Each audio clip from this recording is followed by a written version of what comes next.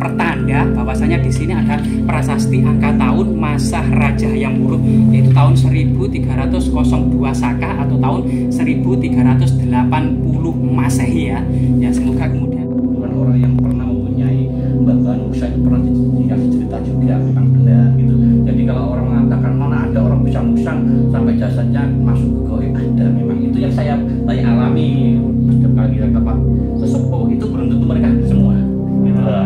Yang saya lihat baru saja tadi yang hadir insya Allah 3 itu tadi. Jadi Dewi Kencono yang berwujud kewibuan itu yang memang cantik, cuma masih lebih cantik kan yang Anjas Moronya. Anjas Moronya kelihatan lebih mudah, rambutnya lurus, terus juga pakai kayak ini juga apa kayak mahkota tapi buat yang cewek itu loh, seperti itu.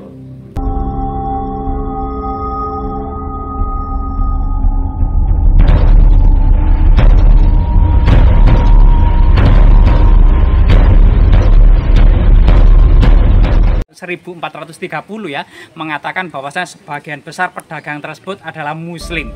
Di makam Troloyo ini banyak diteliti oleh ilmuwan Belanda, termasuk kemudian epigraf Perancis Louis Charles Damai juga mencatat bahwasanya makam-makam ini asli makam era kerajaan Majapahit. Bahkan nisan-nisan tertua ada yang diduga era Tribuana Wijaya Tunggadewi, dan nisan-nisan juga ada yang terpahat angka tahunnya adalah 1298 Saka atau tahun 1376 Masehi. Artinya banyak pula para pejabat tinggi atau keluarga dekat raja-raja Majapahit yang memeluk agama Islam. Termasuk di belakang kita ini merupakan yang menurut tradisi itu adalah makam Ratu Kencono Wungu dengan Putri Anjasmara secara tradisi masyarakat. Namun memang makam yang ada di belakang itu sejatinya memang makam Muslim. Namun memang tidak ada inskripsi, hanya angka tahun saja, sehingga kemudian kita sulit kemudian melacak kesejatiannya siapa almarhum yang dimakamkan. Namun berita tradisi itu mengatakan adalah Ratu Kencono Wungu. Munculnya istilah Ratu Kencono Wungu dan Putri Anjasmara terdapat dalam serat Damarwulan yang diduga ditulis pada abad ke-18, yang saat ini serat tersebut menjadi koleksi British Library atau Inggris ya, sebuah catatan atau manuskrip terindah, sehingga kemudian di dalamnya penuh dengan tulisan-tulisan Jawa baru dan gambar-gambar yang mengungkapkan kehidupan orang-orang Jawa pada abad ke-18 atau ke-17. Sehingga kemudian dalam catatan serat Damarwulan tersebut dikatakan bahwasanya Ratu Kencono Wungu ini adalah seorang ratu penguasa kerajaan Majapahit yang pada waktu itu Majapahit dirundung pemberontakan oleh Kebo Marcuet, sehingga Ratu Kencono Wungu ini kemudian bernazar siapa saja yang berhasil menumpas Kebo Marcuet akan dijadikan suami.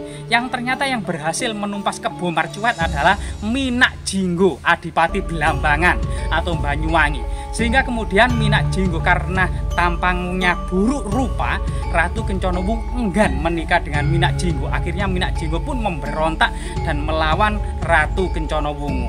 Pada suatu ketika ada seorang abdi atau budak dari patih Majapahit yang bernama Logender. Abdi tersebut bernama Damarwulan. Patih tersebut juga memiliki putri cantik jelita yang bernama Ratu Ayu, atau bukan ratu ya, ada Putri Anjasmara, dan memiliki saudara Layang Seto dan Layang Kumitir. Putri Anjasmara ini pun jatuh cinta dan menikah secara sembunyi-sembunyi dengan Damarwulan.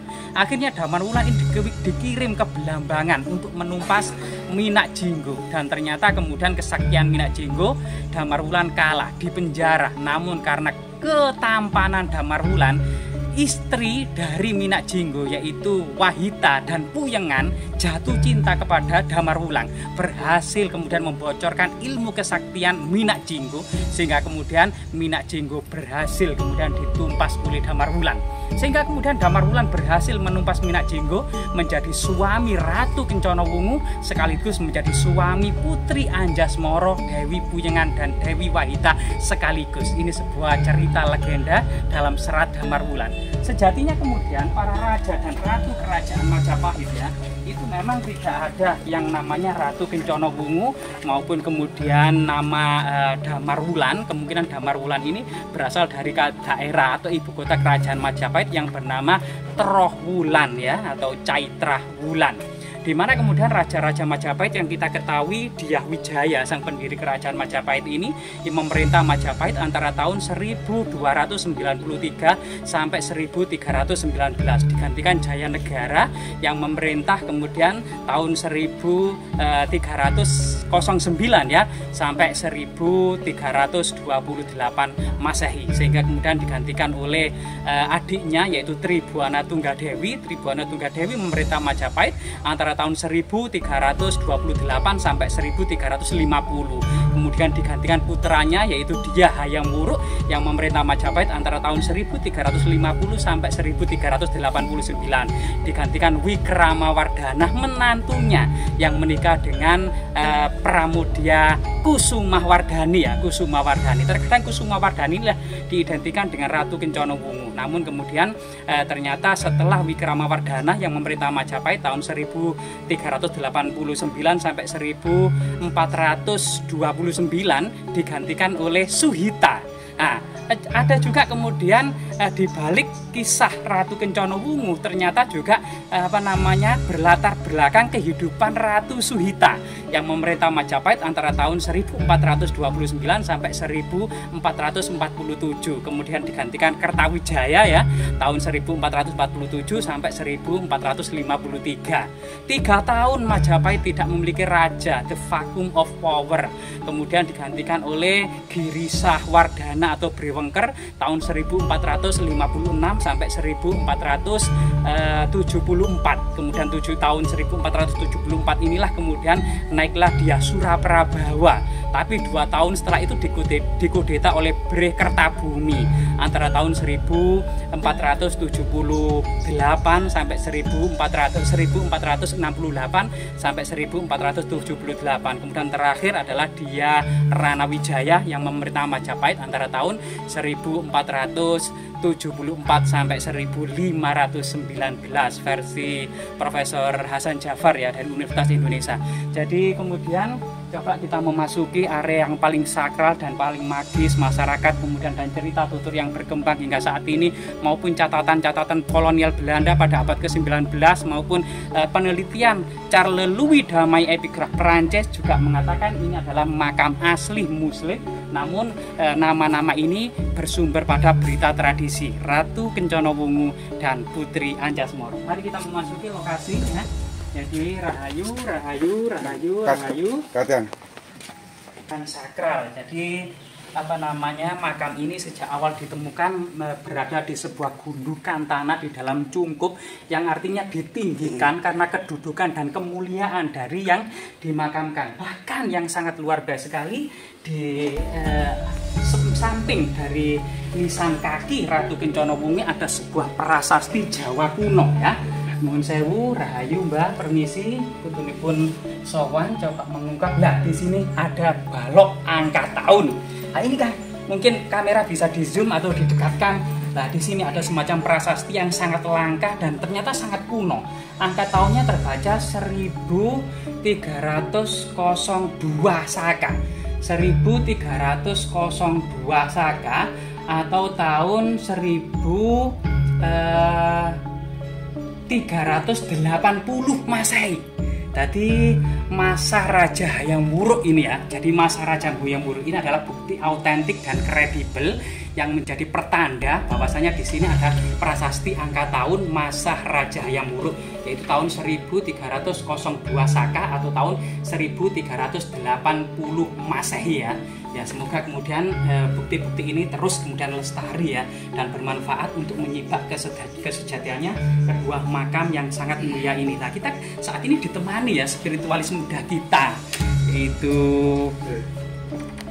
spiritualis muda kita yaitu Kang Gun atau yang disebut juga Joko Linglung.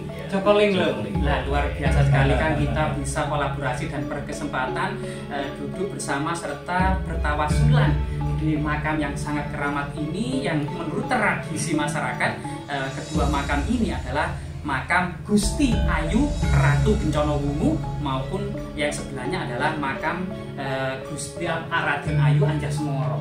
Jadi penerawangannya Kang Joko Linglung ini sebenarnya ya secara kemudian supranatural, Kang Joko Linglung itu mendapati apa saja penglihatan secara spiritual kan gitu. Ini Assalamualaikum warahmatullahi wabarakatuh ya. Saya ini dari penjelasan yang saya jabarkan sesuai apa yang saya lihat, sesuai apa yang saya temukan, bahwasanya kedua makam ini memang ada benarnya memang makamnya. Memang sosok-sosok yang tak lihat ini di sini ada dua sosok tadi yang muncul itu memang dari era kerajaan. Kalau saya lihat dari kerajaan itu Majapahit memang. Yang satu itu lebih muda, itu yang Anjasmara ini, beliaunya itu kurang lurus ya, wajahnya itu cantik. Tapi kalau yang Gusti Ratu Bencana Wungu ini lebih ke ibu-ibuan, beliau rambutnya ngumpat juga panjang, tapi yang mempunyai tusuk konde ini Dewi Putri Bencana Wungu. Yang ini yang Raden Ayunya masih kelihatan agak lebih polosan lah gitu, lebih polosan. Dari yang tadi saya lihat di sini memang ada di situ suatu filsafat, memang beliau ini dari kerajaan Majapahit, cuman memang masuknya lebih sudah masuk ke Islaman gitu, lebih masuk ke Islaman. Jadi kan dulu kan memang ada era yang akhir itu kan memang kerajaan tapi sudah ada Islam yang masuk lah, seperti itu. Nah, pemeluk agama ini beliau juga sudah pernah beberapa versi lah, orang-orang kan mengatakan ada yang agama Hindu, ada yang agama Islam. Tapi kalau menurut rombongan saya ini sudah ada masuk Islamnya juga. Itu berdasarkan apa yang saya lihat. Gitu. Jadi kita kalau ngomong soal mistik Mas ya, kita tidak bisa untuk menyamakan antara satu sama yang lainnya. Karena mistik itu bisa jadi ngapunten, zaman dulu itu orang itu sakti-sakti, bisa mali rupo, kan gitu loh. Sekarang wujudnya cewek, besok bisa cowok. Nah, sekarang wujudnya ini kayak cantik, besok bisa jelek gitu loh. Kalau sosok yang saya tangkap yang beliaunya yang sini tadi yang hadir yang cowok itu seperti apa ya, kalau dibilang itu orang kerajaan pakai mahkota, tapi ini nggak pakai pakaian di atas, itu pakai kerajaan itu. Nah itu seperti itu yang sosok yang laki-laki itu kayak apa kacamata lah seperti itu. Tapi ini bukan beliau, bukan kacamata. Yang mungkin yang dikatakan mungkin di sejarah yang siapa itu, beliau itu yang nikah sama Dewi Putri Bencana Wungu itu. Damar Wulan. Ya bisa jadi seperti itu. Oh, iya. Orangnya gagah, ganteng soalnya. Iya. Nah, bisa jadi betul yang hadir ini tadi ya. Karena kita setiap kali kita ke makam, setiap kali kita ke tempat sesepuh itu belum tentu mereka hadir semua. Gitu loh. Yang saya lihat barusan ini tadi yang hadir insya Allah 3 itu tadi. Jadi Dewi Putri Bencana Wungu yang berwujud ke ibu-ibuan itu yang memang cantik, cuma masih lebih cantik kan yang Anjasmaranya. Anjasmaranya kelihatan lebih mudah, rambutnya lurus, terus juga pakai kayak ini juga kayak mahkota tapi buat yang cewek itu loh, seperti itu. Jadi kalau menurut saya kesimpulannya di sini memang benar adanya itu makam ini. Mohon maaf, ini yang tusuk konde ini ada yang dipendam di sini. Yang beberapa pusaka ada di sini ya. Jadi sebenarnya bukan cuma sekedar, kalau zaman dulu kan ada yang bilang ini makam ini cuma sekedar petilasan atau enggak, ini ada pusaka juga ya, termasuk tusuk konde. Pusaka tusuk konde itu. Kalau zaman sekarang tusuk konde mungkin nggak ada nyalinya kan, tapi kalau zaman dulu bisa buat apapun. Seperti itu ya. Ya, dari saya penjelasannya cuma itu aja. Jadi teman-teman ya, memang Majapahit itu yang sangat besar, mampu ya memayungi Nusantara dengan alat-alat yang sangat sederhana. Siapa bilang sederhana ya? Kesaktian zaman dulu saat ini memang seakan-akan seperti sains yang hilang ya. Dijelaskan dari Kang Gun tadi, itu ada semacam transfigurasi. Jadi orang-orang dahulu itu bisa merubah bentuknya. Kadang menjadi tua, ternyata kadang menjadi muda ya, kadang menjadi cantik juga, malih rupo ya. Itu bahasa ilmiahnya adalah transfigurasi. Tidak menutup kemungkinan semacam teleportasi, yaitu kemudian menembus ruang dan waktu, ya telekinesis, ya memindahkan benda tanpa menyentuh, gitu ya, bisa. atau kemudian levitasi, terbang melayang, atau clairvoyant, yaitu melihat menembus ruang kan gitu ya, kayak mak lampir gitu ya. Itu bahasa ilmiahnya adalah clairvoyant. Termasuk kemudian itu komunikasi pikiran, atau yang disebut juga ya telepati, ya luar biasa sekali. Jadi kita dengan kerendahan hati ya, sangat luar biasa yang dijelaskan oleh Kang Gun tadi. Ternyata memang ilmu-ilmu itu adalah semacam sains yang hilang, atau dahulu memang pernah ada, dan itu sebuah fakta dan realita yang tidak bisa dipungkiri. Oke, satu kali Kang Gun, banyak sekali para perziarah di sini, dan sebagian masyarakat itu percaya doa-doa mudah dikabulkan. Bahkan pada musim pencalonan lurah saat ini, di kepala daerah ya, bupati, gubernur, itu kemudian banyak yang datang sowan menemui Ratu Kencana Wungu, dan dikatakan bahwasanya siapa saja yang datang ke sini itu kemudian diberikan munajat. Munajat, dan sehingga kemudian mereka berhasil menduduki sesuai apa yang diinginkan. Gimana pandangannya, Kang Gun? Ya memang benar, bukan cuma di sini aja. Dimanapun dari pengalaman saya di perjalanan di Supranatural sama ini, ya memang saya ini kan dari kecil, dari bahan saya sendiri. Kalau ibarat orang saya tirakat itu kalah karo mbah. Jadi cuma setempel aja gitu lah. Itu dari pengalaman saya di mana-mana itu memang setiap tempat itu mempunyai suatu kelebihan masing-masing. Nah, kelebihan itu bisa diambil dari riwayat beliau. Beliau dulu itu sebagai seorang apa? Ya, kayak pusaka ya, pusaka. Kayak pusaka itu kan nggak semua pusaka multifungsi. Ada pusaka ini buat tolak, ada pusaka ini buat pengasihan, ada pusaka ini buat jaga rumah. Nah, seperti itu. Sama juga makam. Kalau makam ini setiap kali orang kayak pejabat, kayak apa ziarah di tempat ini, kalau memang benar-benar itu benar-benar istiqomah, benar-benar tujuannya itu positif, ya insya Allah bisa dikabulkan. Karena apa itu? Karena sesepuh ini benar-benar ijabahi. Jadi sesepuh ini kalau bilang dikatakan mati tapi bukan mati, tapi masih ada. Beliau bisa mendampingi siapapun yang memang berdoa di sini, mendoakan. Dan sesepuh yang zaman dulu itu ikut itu bantu. Prosesnya seperti apa? Kalian pencalonan bupati kayak gini kan sering-sering ya, bupati, kepala desa sampai gubernur. Beliau sudah terakat di sini. Tahu sowan terakat. Insya Allah suatu saat pada waktu pemilihan beliau dibantu sama pasukannya beliau yang ada di sini, gitu loh. Jadi bisa ikut campur. Kok itu sebenarnya itu nyata, tapi nggak kelihatan. Memang sir itu kan hilang ya, nggak kelihatan, tapi bisa dinyatakan. Kasus nyata itu bisa. Kalau orang yang mengetahui, gitu loh. Makanya dimanapun tempat itu, kalau memang sudah ranahnya orang itu dulu itu berpotensi mempunyai suatu kelebihan ataupun kanuragan ataupun suatu pamor yang dulu di kerajaan mempunyai suatu kedudukan, itu pasti punya kesaktian. Nah, kesaktian itu kan tidak luput dari khodam. Nah, khodam itu yang membantu mereka. Bahkan Al-Quran pun setiap lafaz itu ada khodamnya, kan gitulah. Ya makanya kalau ada orang penjelasan mengatakan bahwasanya kok bisa ya Al-Quran ini kalau dibacakan ke orang-orang yang kesurupan kok bisa sampai kepanasan apa? Karena itu tuh khodamnya. Ya khodamnya itu yang menghajat, gitu loh. Khodam bisa membakar jin. Ya next selanjutnya kapan lah kalau ada orang kerasukan apa kita. Mungkin ini yang ditunggu oleh pemirsa terkadang. Orang zaman dulu terutama para bangsawan atau petinggi kerajaan Majapahit itu kan muksa, gitu. Gimana kemudian? Kok di sini ada makamnya? Gimana penjelasan secara sederhana, Kang Gun? Jadi gini, kalau penjelasan soal muksa itu memang benar. Ada nyatanya, ya mohon maaf ya, kayak Mahapati Kajang Mada, Raden Wijaya itu termasuk beliau juga muksa. Kenapa kok muksa? Karena beliau itu kalau memang sudah ranahnya di bumi ini sudah menyatakan aku wis leran, aku wis gak jabat. Caranya ya apa supaya jabatan itu dikekno di keturunan. Jadi pasti bertapa beliau itu. Berapa tahun pertapaan itu akan hilang dengan jasadnya juga. Nah, hilangnya itu bukan hilang nggak balik, enggak. Jadi hilang itu di situ menyatakan bahwasanya dia walaupun hilang tapi pasti bisa memantau anak cucunya. Seperti itu. Termasuk iya. Jadi ini mohon maaf kalau memang dilihat kayak jasadnya, Paman Geduk sampai itu nggak ada jasad beliau, tapi muksa seperti itu. Nah, zaman dulu kalau nggak muksa pasti kan dibakar kalau Hindu ya. Seperti itu. Iya, seperti itu. Jadi memang muksa itu memang benar adanya. Bahkan saya dulu di Lamongan juga ada salah satu keturunan orang yang pernah mempunyai bantuan muksa, itu pernah dikasih cerita juga, memang benar gitu. Jadi kalau orang mengatakan mana ada orang bisa musang sampai jasadnya masuk ke goib, ada memang. Itu yang saya alami mengatakan ini karena ada cerita juga ada kenyataan gitu. Bahkan saya juga pernah dihadiri beliau yang Musa gitu loh. Nah di situ kan saya nggak baru cerita kalau memang saya nggak pernah mengalami. Nah seperti itu. Ya. Terima kasih Kang Gun atau Ki Joko Linglung, luar biasa sekali atas waktu dan kesempatannya sehingga kemudian para pemirsa atau netizen itu sudah puas ya, baik segi historis, legenda maupun kisah-kisah mistis yang ada di dalamnya. Semoga bermanfaat. Terima